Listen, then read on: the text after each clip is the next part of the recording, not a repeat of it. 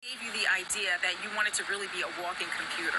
So I've always been a tech enthusiast, and I always try to be on the cutting edge of technology. So that drove Brandon Delali to do what some might believe only takes place in a science fiction movie. It gets inserted into your skin.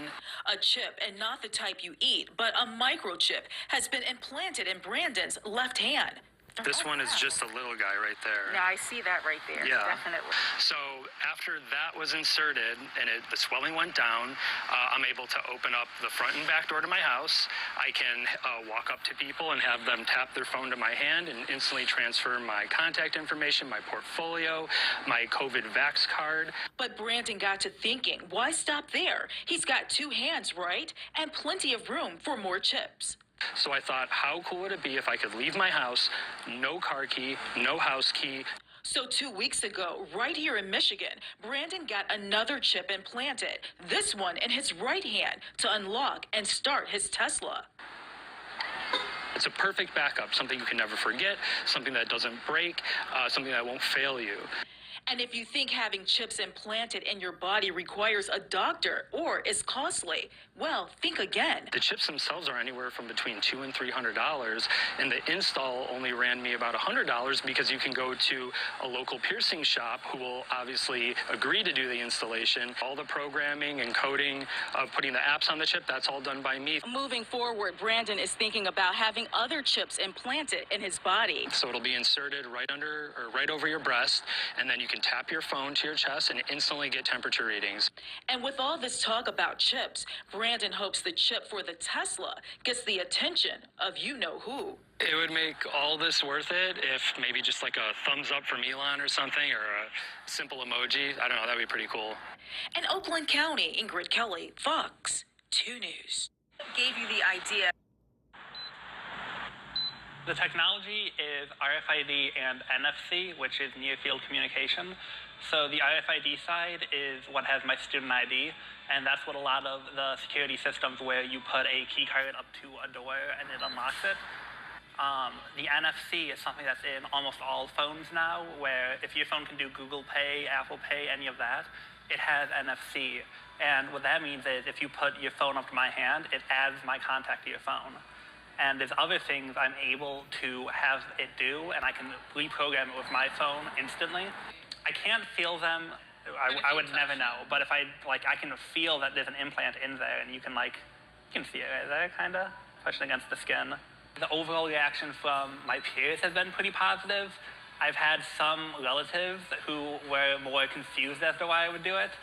And I have one uncle who is very, suspicious of everything. And I can't wait to see him this Thanksgiving because he's going to have a lot to say. I use isopropyl alcohol to clean off everything beforehand. I use the wipes in the area where it would be going in. And then essentially I just laid my hand down and used one, just got it in there. I was a little nervous, but before being computer science, I was planning to go into pre-med, so I already had a lot of experience with using medical equipment like this. I don't have a ton of experience because I was still in high school, but I had enough to where I was confident in not killing myself with it. It is a great conversation starter. I've been in classes where they're like, all right, everyone, what's your name and a fun fact about you? Usually it's hard to top something like this. So make a fist and squeeze the tag to the top of my skin. When I approach the device, it opens the Facebook page I set it to. Colin Cravino has a microchip implanted in both of his hands. Some people just look really grossed out. I put my hand up and I let them poke at it and they freak out. Developed in the 1950s and 60s, RFID chips, short for radio frequency identification, have been used by retailers to track packages and prevent theft. Farmers use the chips to keep tabs on their livestock. Pet owners use them to identify their cats and dogs. And lately, members of the so-called body hacker movement have been implanting RFID chips under their skin, programming them to perform various tasks. Colin Cravino, a smartphone repairman in Brooklyn, New York, uses his chips to open his front door. He found them on a website called Dangerous Things that sells implant kits and offers user tips. I came across it when I was doing research on the Samsung deadbolt that I bought. And then the first thing that I noticed was that I could get an RFID tag that would work with the deadbolt. Corvino plans to modify one of his motorcycles next. And I haven't decided on where I want to put the authenticator, the antenna. Thinking probably down by the seat somewhere, because this comes off. So I would just tap my hand on it. Then the light would come on as if I put the key in, and then I would just hit the ignition and start the vehicle. RFID retailers estimate that between 30 and 50,000 people worldwide have chip implants in their bodies. German tech consultant Andreas Sjöström used his chip as a boarding pass on a recent flight from Stockholm to Paris, and to get into an airport VIP lounge. Skeptics say the implants raise privacy issues and worry that strangers could tap into the information on a chip without the owner's knowledge. Others say potential uses for the technology, such as keeping track of a patient with dementia, could pose ethical concerns. But Corvino and others see a future where technology and the human form will merge.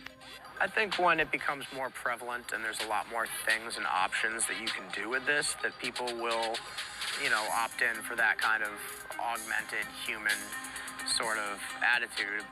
That's why I have an Android device and not an iPhone, is because I want to be able to customize everything I have, so why should I not be able to customize myself?